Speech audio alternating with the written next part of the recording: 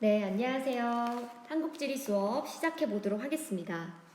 오늘은 한반도의 지각 변동에 대한 이야기를 해보도록 하겠습니다. 자, 먼저 현재와 같은 우리나라의 지형 그리고 산맥 이러한 것들은요 어떻게 만들어졌을까요? 바로 현재와 같은 한반도의 모습은요 크게 중생대 때 3번의 지각 변동과 신생대 3기 요곡 운동 그리고 화산활동 등으로 현재와 같은 모습으로 만들어졌습니다. 자, 그러면요 오늘은 중생대, 신생대 때 발생한 이러한 형성 과정을 한번 알아보도록 하겠습니다. 자, 먼저 지각 변동이라고 하는 것은요 지각이 상하, 위아래 수평, 옆으로 이동하면서 변형시키는 운동입니다. 지각이 움직이면 당연히 지각에 따라서 이런 틈이 생기겠죠. 그래서 이러한 지각 내부의 운동으로 지표면에 갈라지는 틈을 지질 구조선이라고 합니다. 이러한 지각의 틈이 생기는데요. 이 틈은 약한 부분이기 때문에 풍화나 아니면 침식, 하천의 침식 등으로 인해서 이 약한 부분이 갈라지게 됩니다.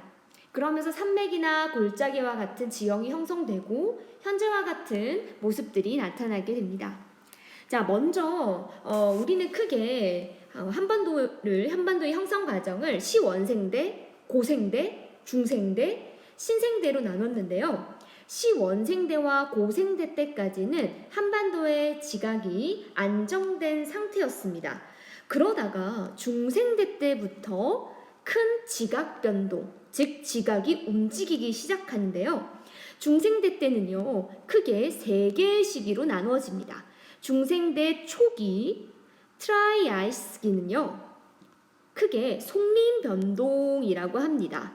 이 속림 변동은 주로 이 북부 지방에서 주로 영향을 미쳤는데요.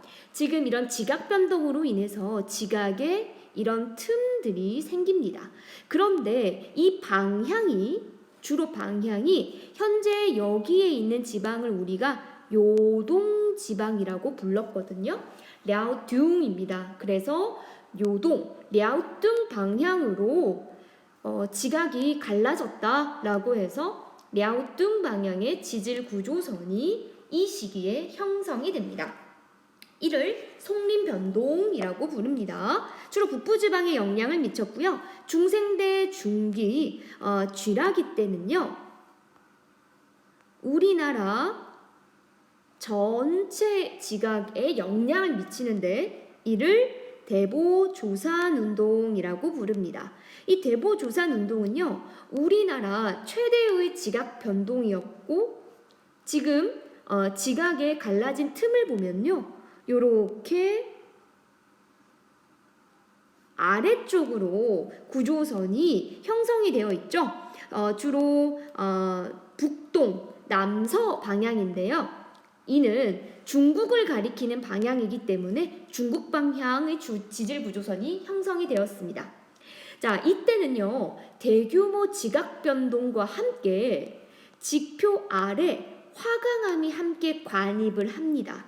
그래서 지각 아래 화강암이 관입하는데요. 대보조산운동 시기 때 화강암이 관입을 해서 이를 대보화강암이라고 부릅니다.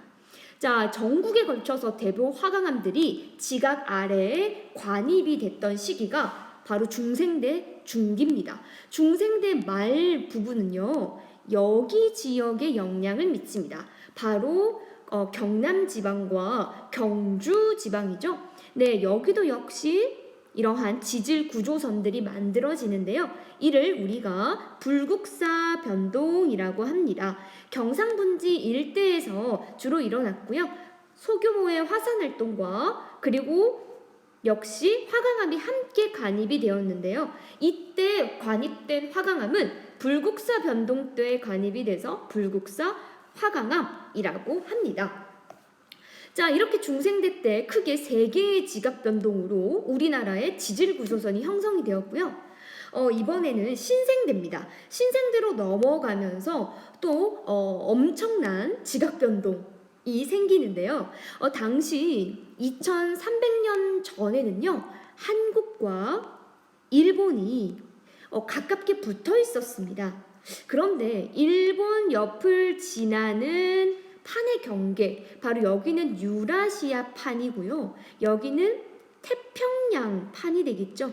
태평양 판과 유라시아 판이 만나면서 태평양 판이 유라시아 판 안으로 들어가게 됩니다. 자, 이 과정에서 판이 충돌하게 되면서요, 여기에 있던 동해 지각도 갈라지게 되거든요.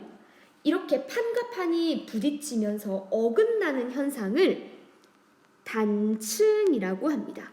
이런 단층으로 인해서 동해 지각이 움직이기 시작합니다. 이렇게 양쪽으로 움직이기 시작하는데요. 이 과정에서 동해가 확장이 되고요. 밀어버리는 힘, 바로 횡압력이 발생하면서 동해 지각이 양쪽으로 밀려나게 됩니다. 그래서 동해는 과거에 비해서 규모가 커지게 되고요. 일본은 더 우리나라 오른쪽으로 밀려나게 됩니다.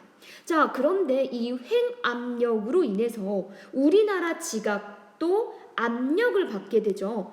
압력을 받게 되면서 과거에는 우리나라가 이렇게 평탄했는데 압력을 받게 되면 압력을 많이 받는 부분부터 솟아오르게 됩니다. 그래서 융기가 발생하게 되면서 동쪽은 압력을 많이 받아서 솟아오르고요.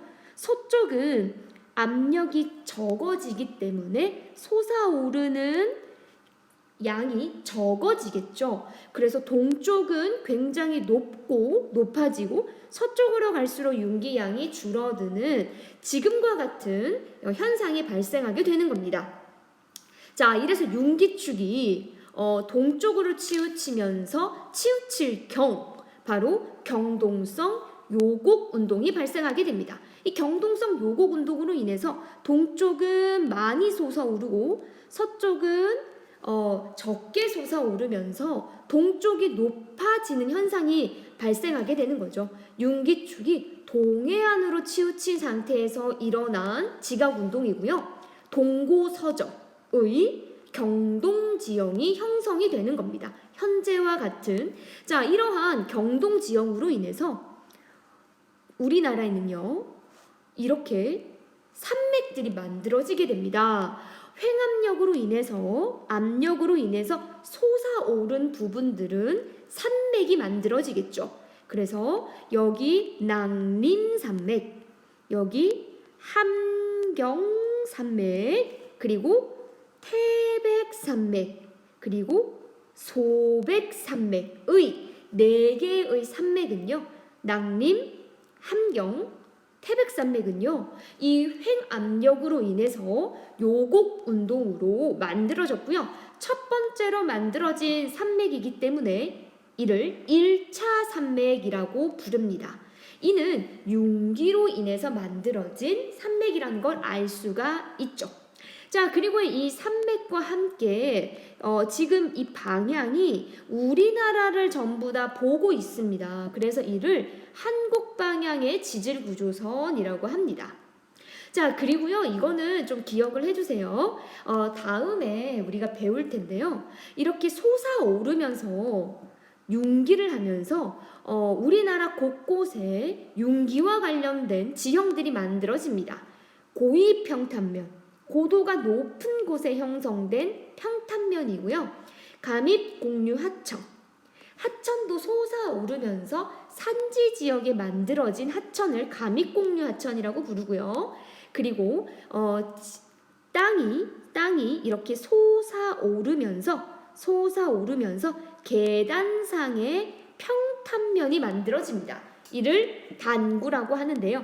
해안가에 형성된 단구와 하천 주변에 형성된 단구가 있습니다. 이러한 4개의 지형도 경동성 요곡 운동으로 만들어졌다.